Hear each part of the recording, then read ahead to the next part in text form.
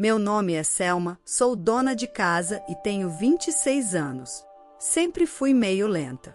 Desde que entrei na escola, percebi que estava ficando para trás. Fui repreendida pelos professores inúmeras vezes. Meus pais não eram nem muito entusiasmados com a educação, nem totalmente negligentes. Quando minhas notas eram ruins, eles diziam: "Faz melhor na próxima vez." E quando continuava, sugeriam: "Que tal uma escola de reforço?" Tentei ir a uma, mas o ritmo do professor era rápido demais para mim acompanhar. Aos poucos, comecei a ficar relutante em ir e passei a passar o tempo no parque. Mas logo fui pega, quando a escola de reforço entrou em contato com meus pais, porque eu não estava aparecendo. Acabei desistindo da escola de reforço. Foi aí que as coisas começaram a desandar para mim. No momento em que desisti, percebi que nada poderia ser feito, tudo se tornou sem importância e comecei a andar com más companhias. O ensino médio foi a pior época. Todo dia ficávamos vagando em uma loja de conveniência, experimentando cigarros e álcool. Saía de casa depois que meus pais iam dormir e voltava antes de eles acordarem. Esse ciclo continuou e, como resultado, frequentar as aulas regulares durante o dia era impossível e eu passava a maior parte dos dias dormindo. Era como ir à escola só para almoçar. Depois, consegui entrar em um colégio onde você podia se inscrever só escrevendo seu nome, mas eu não tinha motivação para estudar e acabei desistindo. Naquela época, saí de casa após discussões intermináveis com meus pais, criando um abismo entre nós. Desde então, tenho trabalhado incansavelmente em empregos de meio período enquanto moro sozinha. Mas, conforme comecei a trabalhar e viver de forma independente, percebi o quanto meus pais tinham apoiado minha vida. As tarefas domésticas que minha mãe fazia como algo normal não eram tão simples, e meu pai ir trabalhar todos os dias não era algo garantido. Entendi como tinha tomado o apoio deles como certo e quão ingênua eu tinha sido. Mesmo assim, naquela época, por uma mistura de orgulho e vergonha, não consegui visitá-los e pedir desculpas. Depois disso, decidi viver honestamente. Nos intervalos dos meus empregos de meio período, revisitei os fundamentos da educação obrigatória. 3 anos depois, passei no exame e decidi fazer cursos noturnos em uma universidade. De alguma forma, consegui passar com a nota mínima. Fiquei muito feliz, apesar de ser uma universidade de menor prestígio, era incrível que alguém como eu, que costumava ser tão tola, pudesse ir para a universidade. Sentindo-me um pouco envergonhada, escrevi uma carta para minha família compartilhando apenas a notícia de que tinha sido aceita em uma universidade noturna, sem revelar meu endereço. A partir de então, continuei minha vida trabalhando durante o dia e frequentando a universidade à noite. A universidade noturna atraía um público diversificado. Havia homens de terno que talvez viessem após o trabalho, assim como mulheres mais velhas que queriam reaprender. Interagir com essas pessoas me permitiu entender várias perspectivas e considero isso uma experiência valiosa. Depois de me formar na universidade, consegui um emprego em um pequeno escritório. Se meus antigos amigos me vissem agora, com certeza ficariam surpresos. Minha vida tinha mudado significativamente e deu outra guinada quando conheci Jean. Jean era um colega sênior na mesma empresa. Ele foi quem me ensinou o trabalho quando entrei. Eventualmente, ele começou a me convidar para sair e nosso relacionamento floresceu naturalmente. 3 anos depois, ele me pediu em casamento e nós nos casamos. Ele queria que eu me concentrasse no nosso lar, então decidi deixar meu emprego. Nunca imaginei que a garota rebelde que eu era um dia deixaria o trabalho para se casar. Quando se tratou de informar meus pais sobre o casamento, só pude fazê-lo através de uma carta. Afinal, nos separamos em uma briga acalorada naquela época e eu temia que eles não se importassem mais comigo. Após o casamento, acabei morando com meus sogros na casa deles. Meu marido era o filho mais velho e era costume que os sogros morassem juntos durante o casamento. Eu não tinha uma impressão negativa dos meus sogros e uma parte de mim ansiava por amor familiar, então concordei em morar com eles sem pensar muito. Mal sabia eu que isso marcaria o início de um inferno. Comecei a sofrer maus tratos severos dos meus sogros e do meu marido. Selma, sua limpeza é muito lenta. Banheiro, vaso sanitário, tirar as ervas do jardim, faça isso mais rápido. Ei, pedi chá, quanto tempo vou ter que esperar? Inacreditável. Ei, no café da manhã prefiro pão, vou querer iogurte. Manhãs são para iogurte e fruta. Meus sogros e meu marido eram descaradamente exigentes.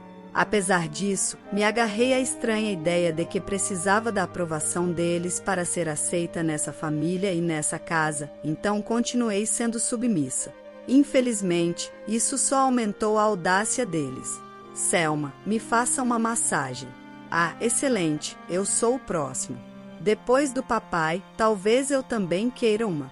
Uma pessoa, 30 minutos cada, totalizando 1h30 de massagens. E depois eu fazia chá e servia sobremesas compradas na loja para todos, como se eu fosse uma empregada doméstica. Comecei a suspeitar que estava sendo usada para a conveniência dos meus sogros e do meu marido. Como resultado, as imperfeições começaram a aparecer nas tarefas domésticas que antes eu fazia impecavelmente, e meus sogros e marido começaram a me culpar por esses deslizes. A tirania deles escalou e, antes que eu percebesse, meus sogros e marido se tornaram pessoas terrivelmente manipuladoras. Oh meu Deus! Quantas vezes eu tenho que dizer? Quando o copo estiver vazio, enche de cerveja logo. Ele bateu na mesa enquanto falava, o impacto fez um copo cair aos meus pés. Ah, droga, o copo quebrou. Selma, limpa isso rápido. Sério, quando você vai crescer?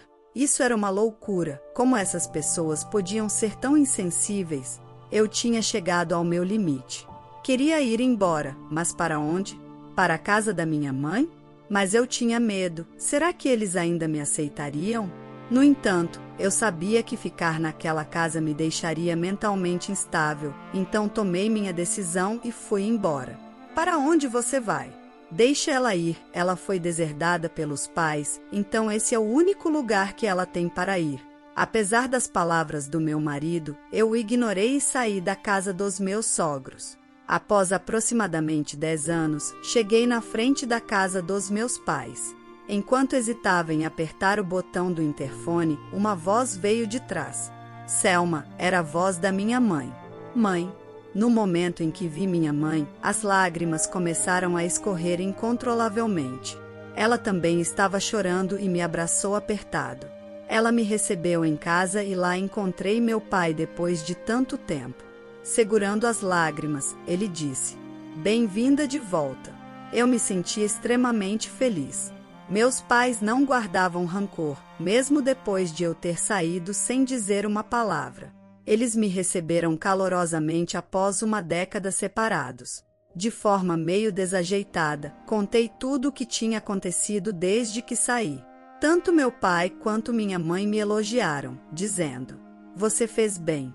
Eles ficaram felizes com as cartas que enviei contando as novidades. Quanto aos meus sogros e meu marido, ficaram furiosos em meu nome. Eles me aconselharam a me divorciar daquele homem sem hesitação.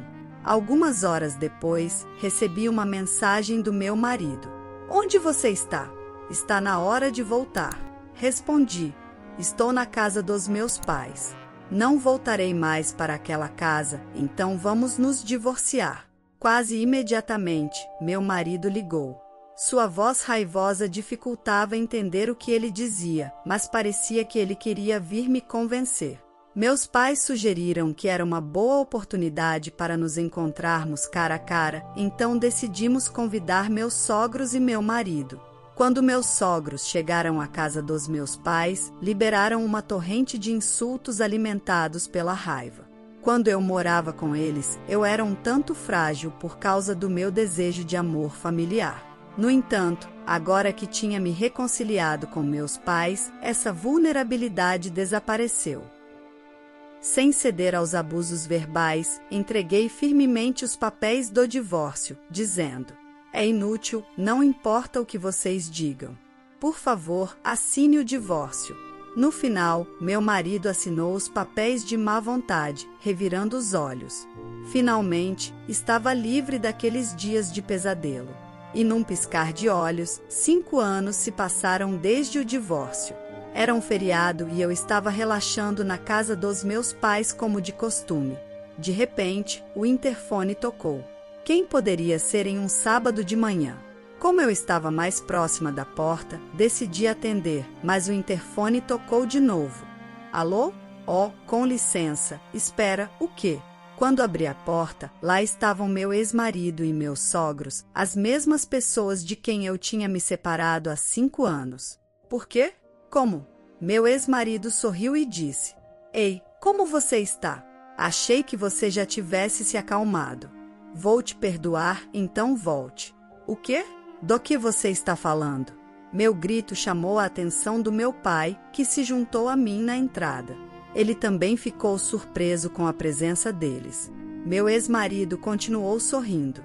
Você provavelmente ainda é uma mulher solteira e solitária, certo? Vamos te aceitar de volta.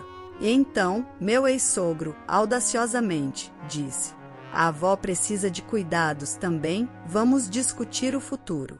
As declarações absurdas deles me fizeram cair na risada. Impossível, eu disse. Por que você está rindo? Meu ex-sogro gritou. Exatamente, como você, uma mulher solitária, ousa ser tão atrevida. Minha ex-sogra acrescentou. Respondi. Bem, eu estava só pensando, quem é que está se achando aqui? Meu ex-marido retrucou. O quê? Com quem você pensa que está falando? Ele parecia acreditar que seu tom autoritário me faria ceder. Mal sabia ele que, nesses 5 anos, eu tinha recuperado a determinação que tinha como uma ex-delinquente, uma mulher forte que não se abala facilmente. Oh, obviamente estou falando com você, seu abusador. Meu ex-marido e meus sogros gaguejaram, surpresos com minha intensidade. De repente, minha mãe, assustada com minha voz, se aproximou dizendo: Selma, calma, o bebê acabou de acordar. Pedi desculpas enquanto embalava segurava a filha. Um bebê? Perguntaram.